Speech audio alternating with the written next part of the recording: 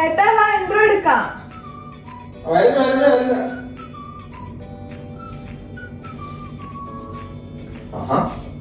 എന്താ ഉണ്ടാക്കാൻ പോണേ? എന്താ പരിപാടി? നമുക്ക് ബീഫ് മസാല ഉണ്ടാക്കിയാലോ? ബീഫ് മസാലയോ? ബിരിയാണി എന്തെങ്കിലും വെക്കാം. ബിരിയാണി വെച്ചോ? Beef biryani. Beef biryani king fish പോണല്ലോ. കിങ് ഫിഷ് ബിരിയാണി എന്തെങ്കിലും ഉണ്ടാക്കിയാലോ? ഫിഷ് ബിരിയാണി മതിയല്ലോ. ഉറപ്പല്ലേ? സാധനങ്ങളൊക്കെ ഉണ്ടായോ കിങ് ഫിഷിന്റെ? Okay. Okay, hello family, welcome back to Arya Vimanas. എല്ലാവർക്കും സുഖമല്ലേ? അപ്പൊ നമ്മൾ ഇന്ന് നേരത്തെ പറഞ്ഞ പോലെ കിങ് ഫിഷ് ബിരിയാണിയാണ് ഉണ്ടാക്കാൻ പോകുന്നത്. അപ്പൊ നമുക്ക് അടുക്കളയിലോട്ട് പോവാം. അപ്പം നമുക്ക് ഫിഷ് ബിരിയാണി ഉണ്ടാക്കാനായിട്ട് ആവശ്യമായ 1 കിലോ നെയ്മീൻ ഞാനിവിടെ എടുത്തിട്ടുണ്ട്. നിങ്ങൾക്ക് മുള്ളു കുറഞ്ഞ ഏത് മീൻ വേണമെങ്കിലും എടുക്കാവുന്നതാണ്. 1 കിലോ 4 പീസ് ഉണ്ട് ഇവിടെ. 4 പീസ് ഞാൻ കഴുകി വൃത്തിയാക്കി ടിഷ്യൂ പേപ്പർ ഇട്ട് തുടച്ച് വെള്ളമൊക്കെ കളഞ്ഞിട്ട് ഞാനിവിടെ വെച്ചിട്ടുണ്ട്. ഇനി നമുക്കിതിനെ മാരിനേറ്റ് ചെയ്യാൻ എന്തൊക്കെ വേണമെന്ന് നോക്കാം. അതിന് മുന്നേ ഞാൻ ഇതിൽ നിന്ന് 1 പീസ് എടുത്തിട്ട് ചെറിയ ക്യൂബായിട്ട് കട്ട് ചെയ്ത് മാറ്റി വെച്ചിട്ടുണ്ട്. ഇത് നമുക്ക് പിന്നീട് ആവശ്യം വരും. ഞാൻ പറഞ്ഞുതരാം എന്തിനാണെന്ന്. അപ്പോൾ നമുക്കിനി ഇത് മാരിനേറ്റ് ചെയ്ത് വെക്കാം. മാരിനേഷൻ ആവശ്യമായിട്ടുള്ള സാധനങ്ങൾ എന്തൊക്കെയാണെന്ന് ഞാൻ പറഞ്ഞുതരാം. മഞ്ഞൾപ്പൊടി 1/2 ടീസ്പൂൺ വേണം. Kashmiri chilli powder 2 tablespoon വേണം. Garam masala 1 teaspoon. Ginger garlic paste 1 teaspoon. ഉപ്പ് ആവശ്യത്തിന് നിങ്ങൾ ചെക്ക് ചെയ്തിട്ട് ഇട്ടാൽ മതി. അത് കഴിഞ്ഞൊരു ചെറിയ നാരങ്ങയുടെ പകുതി ജ്യൂസും കൂടെ വേണം.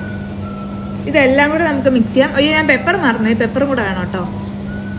ഇതെല്ലാം കൂടി നന്നായിട്ട് മിക്സ് ചെയ്യാം. കുറച്ച് വെള്ളം ഒഴിച്ചു കൊടുക്കുന്നുണ്ട് ഞാൻ, കാരണം മിക്സ് ചെയ്യാനായിട്ട് വെള്ളം ഒഴിച്ചാൽ നല്ലതായിരിക്കും. അപ്പോൾ കുറച്ച് വെള്ളം കൂടെ ഒഴിച്ച് ആവശ്യത്തിന് വെള്ളം ചേർത്ത് നന്നായിട്ട് ഇത് കുഴച്ച് മിക്സ് ചെയ്തെടുക്കുക. അതിനുശേഷം നമുക്ക് ഓരോ മീനെടുത്ത് ഓരോന്നിലും പുരട്ടി കൊടുക്കാം. ഇൻഗ്രീഡിയൻസ് എന്തെങ്കിലും ഡൗട്ട് ഉള്ളവർ ഡിസ്ക്രിപ്ഷനിൽ ഞാൻ കൊടുത്തേക്കാം കേട്ടോ. അതിൽ ക്ലിയർ ആയിട്ട് ഞാൻ കൊടുത്തേക്കാം എന്തൊക്കെയാണ് എത്രയൊക്കെയാണ് ഞാൻ ചേർക്കുന്നതെന്ന്. അത് നോക്കി നിങ്ങൾ ചെയ്താൽ മതി. നന്നായിട്ട് തേച്ച് പിടിപ്പിച്ച് കൊടുക്കാം നമുക്ക്. ഇത് തേച്ച് പിടിപ്പിച്ചതിന് ശേഷം ഒരു 1/2 മണിക്കൂർ മുതൽ 1 മണിക്കൂർ വരെ റെസ്റ്റ് ചെയ്യാൻ വെക്കണം. എങ്കിൽ മാത്രമേ മസാലയൊക്കെ നന്നായിട്ട് പിടിക്കത്തുള്ളൂ. അപ്പോൾ ഞാനിവിടെ ഒരു 1/2 മണിക്കൂർ ഫ്രിഡ്ജിൽ വെക്കുന്നുണ്ട്. ഫ്രിഡ്ജിൽ വെച്ചിട്ട് നമുക്ക് ബാക്കി പരിപാടിയിലോട്ടൊക്കെ കടക്കാം.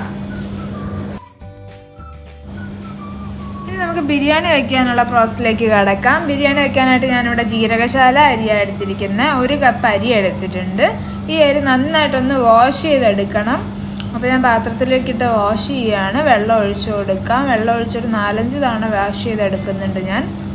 വാഷ് ചെയ്ത് ഞാൻ അങ്ങനെ കൊണ്ടുവന്നിട്ടുണ്ട്. ഇനി നമുക്ക് ഇതൊരു 20 മിനിറ്റ് സോക്ക് ചെയ്യാൻ വെക്കണം. അപ്പോൾ ഞാൻ വെള്ളം ഒഴിച്ച് സോക്ക് ചെയ്യാൻ വെക്കുവാണ്.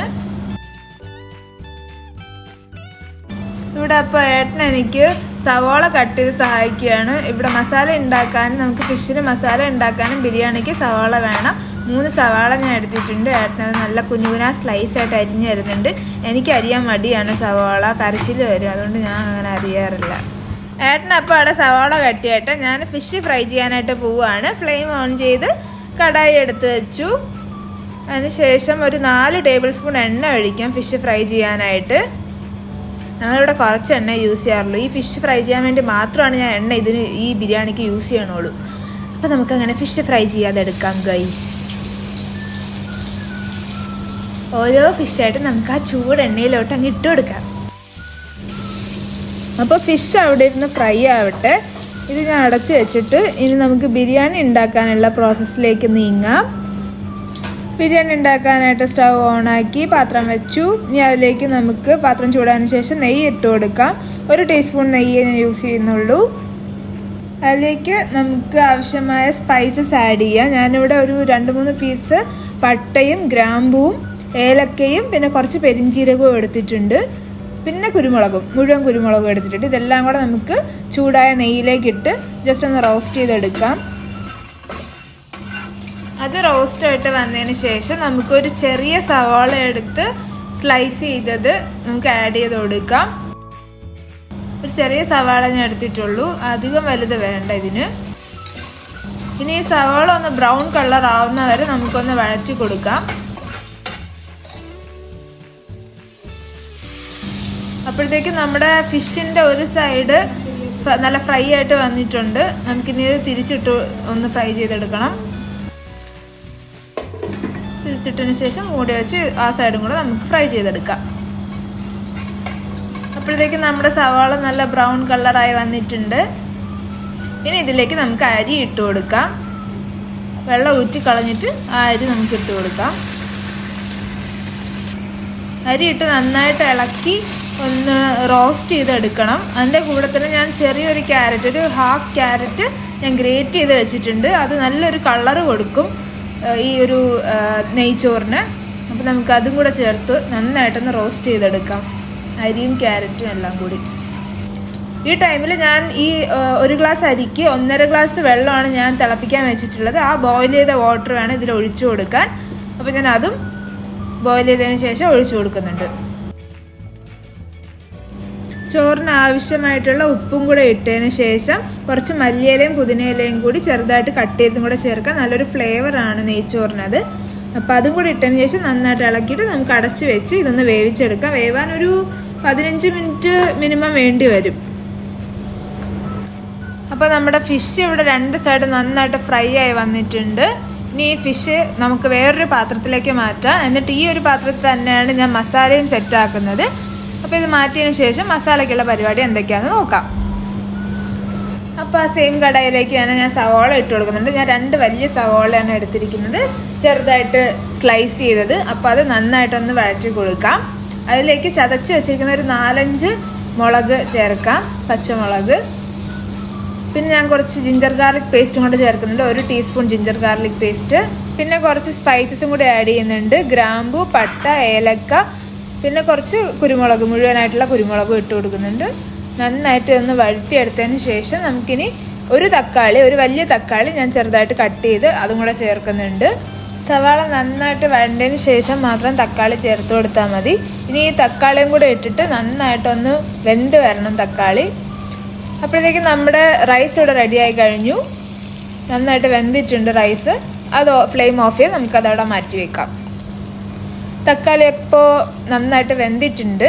ഇനി അതിലേക്ക് മസാല ചേർത്ത് കൊടുക്കുക. 2 ടീസ്പൂൺ മുളക് പൊടി, 1/2 ടീസ്പൂൺ മഞ്ഞൾപ്പൊടി,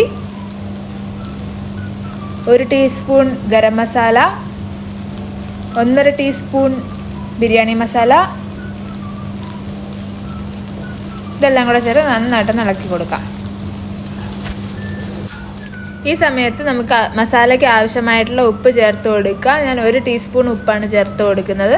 ആവശ്യമുണ്ടെങ്കിൽ പിന്നീട് ചേർത്ത് കൊടുക്കാവുന്നതേ ഉള്ളൂ ഉപ്പ്. ഇനിയാണ് നമ്മൾ നേരത്തെ കട്ട് ചെയ്ത് വെച്ചിരിക്കുന്ന മീൻ ചേർത്ത് കൊടുക്കേണ്ടത്. ഈ മീൻ ചേർക്കുന്നതുകൊണ്ട് മസാലയ്ക്ക് നല്ലൊരു മീനിൻ്റെ ഫ്ലേവറും കൂടെ കിട്ടും. അതിന് വേണ്ടിയിട്ടാണ് ഞാൻ മീൻ ഈ മസാലയിൽ ആഡ് ചെയ്ത് വേവിച്ചെടുക്കുന്നത്. ഇതിലേക്ക് ഒരു 2 ടേബിൾ സ്പൂൺ തൈര് ഇട്ട് കൊടുക്കാം. ഇതൊന്ന് വെന്ത് വരാൻ ആവശ്യമായിട്ടുള്ള വെള്ളം കൂടി ചേർത്ത് കൊടുക്കണം. വെള്ളം ചേർത്ത് ഒരു 10-15 മിനിറ്റ് ഈ മീനൊക്കെ ഒന്ന് വേവാൻ വേണ്ടിയിട്ട് നമുക്ക് വെക്കണം. അപ്പോൾ ഞാനിവിടെ മിന്റ് ലീഫും മല്ലിയിലയും ചേർത്ത് കൊടുക്കുന്നുണ്ട്. നല്ലൊരു ഫ്ലേവറാണ് ഇതിന്. അപ്പോൾ നന്നായിട്ട് മിക്സ് ചെയ്ത് ആവശ്യത്തിന് വെള്ളം കൂടി ഒഴിച്ചിട്ട് വേവാൻ വെക്കാം.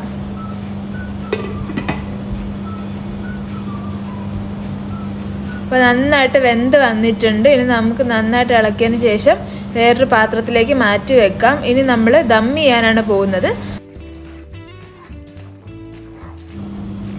ദം ചെയ്യാനായിട്ട് നമുക്ക് നെയ്ച്ചോറ് വെച്ച അതേ കടായിലേക്ക് തന്നെ കുറച്ച് ചോറിട്ടിട്ട് കുറച്ച് മസാല അതിൻ്റെ മുകളിലേക്ക് നല്ല സ്പ്രെഡ് ചെയ്തിട്ട് കൊടുക്കാം. അതിനുശേഷം വീണ്ടും അടുത്ത ലെയറായിട്ട് കുറച്ച് റൈസ് ആഡ് ചെയ്ത് കൊടുക്കാം. ഞാനിവിടെ ഒരു 3 ലെയർ ആഡ് ചെയ്യുന്നുണ്ട്. അപ്പോൾ നിങ്ങൾക്ക് വേണമെങ്കിൽ 2 ലെയറിൽ അത് ഫിനിഷ് ചെയ്യാവുന്നതേ ഉള്ളൂ, നിങ്ങളുടെ ഇഷ്ടം പോലെ ചെയ്യാം. അപ്പോൾ വീണ്ടും ഞാൻ മസാല അതിൻ്റെ മുകളിലേക്ക് ഇട്ട് കൊടുത്തു. പിന്നെ ബാക്കി വന്ന എല്ലാ റൈസും കംപ്ലീറ്റ് ആയിട്ട് മൊത്തമായിട്ട് ഞാൻ സെറ്റാക്കി വെക്കുന്നുണ്ട്. ഇതിൻ്റെ മുകളിലേക്ക് ഇനി നമുക്ക് ഫ്രൈ ചെയ്ത് വെച്ചിരിക്കുന്ന കിങ് ഫിഷ് കൂടി മുകളിലേക്ക് നിരത്തി വെച്ച് കൊടുക്കാം. അതിനുശേഷം ഒരു അലൂമിനിയം ഫോയിൽ വെച്ച് ഇതൊന്ന് കവർ ചെയ്ത് നമുക്കൊരു 5 മിനിറ്റ് ഒന്ന് ദം ചെയ്തെടുക്കണം. കവർ ചെയ്ത് വെച്ചു. 5 മിനിറ്റ് കഴിഞ്ഞ് ദം ചെയ്തതിന് ശേഷം ഫ്ലെയിം ഓഫ് ചെയ്ത് ഒരു 10 മിനിറ്റ് കഴിഞ്ഞിട്ട് മാത്രം തുറന്നാൽ മതി. ഫ്ലെയിം ഓഫ് ചെയ്തതിന് ശേഷം 10 മിനിറ്റ് കഴിഞ്ഞ് ഞാനിവിടെ തുറന്ന് നോക്കുന്നുണ്ട്. നല്ല മണം വരുന്നുണ്ട്, ആ മസാലയുടെ ഒക്കെ നല്ലൊരു ഫ്ലേവർ വരുന്നുണ്ട്. അപ്പം നമ്മുടെ സ്വാദിഷ്ടമായ ഫിഷ് ബിരിയാണി ഇവിടെ സെറ്റായിട്ടുണ്ട്. റെസ്റ്റോറൻറ്റിലൊക്കെ കിട്ടുന്ന പോലെ ഞാനിവിടെ സെർവ് ചെയ്ത് വെച്ചിട്ടുണ്ട്. ഇനി നമുക്ക് ഏട്ടനെ വിളിക്കാം. അതിൽ ടേസ്റ്റർ ആയിട്ടുള്ള ഏട്ടനെ വിളിക്കാം നമുക്ക്. അപ്പൊ അതാണ് ഇന്നത്തെ കിങ് ഫിഷ് ബിരിയാണി വീഡിയോ. അപ്പൊ നമ്മൾ ബിരിയാണി ഉണ്ടായി കഴിഞ്ഞു, ഇനി ടേസ്റ്റ് ചെയ്യുന്ന ടൈമാണ്. നമ്മൾ ടേസ്റ്റ് ചെയ്യാം. അതിന് മുന്നേ ഇതിപ്പോ നമ്മൾ കിങ് ഫിഷിലാണ് ഉണ്ടാക്കിയേക്കുന്നത്. ഓക്കെ, സോ നിങ്ങൾക്ക് ഇതിപ്പോ പ്രോൺസിലും പിന്നെ ചൂര അങ്ങനെയുള്ള മീനിലൊക്കെ ഉണ്ടാക്കാൻ പറ്റും. മുള്ളു കുറവുള്ള മീനിൽ ഉണ്ടാക്കി കഴിഞ്ഞാൽ കുടിച്ചും കൂടെ നല്ലതായിരിക്കും, നല്ല രസമായിരിക്കും, ടെൻഡർ ആയിട്ട് കിട്ടും. ഓക്കെ, അപ്പൊ അത്രേ ഉള്ളൂ ഇന്നത്തെ വീഡിയോ. അപ്പൊ എല്ലാവരും ട്രൈ ചെയ്ത് നോക്കുക. അപ്പൊ അടുത്ത വീഡിയോ ആയിട്ട് വരുന്നവരേക്കും see you, tata, bye by.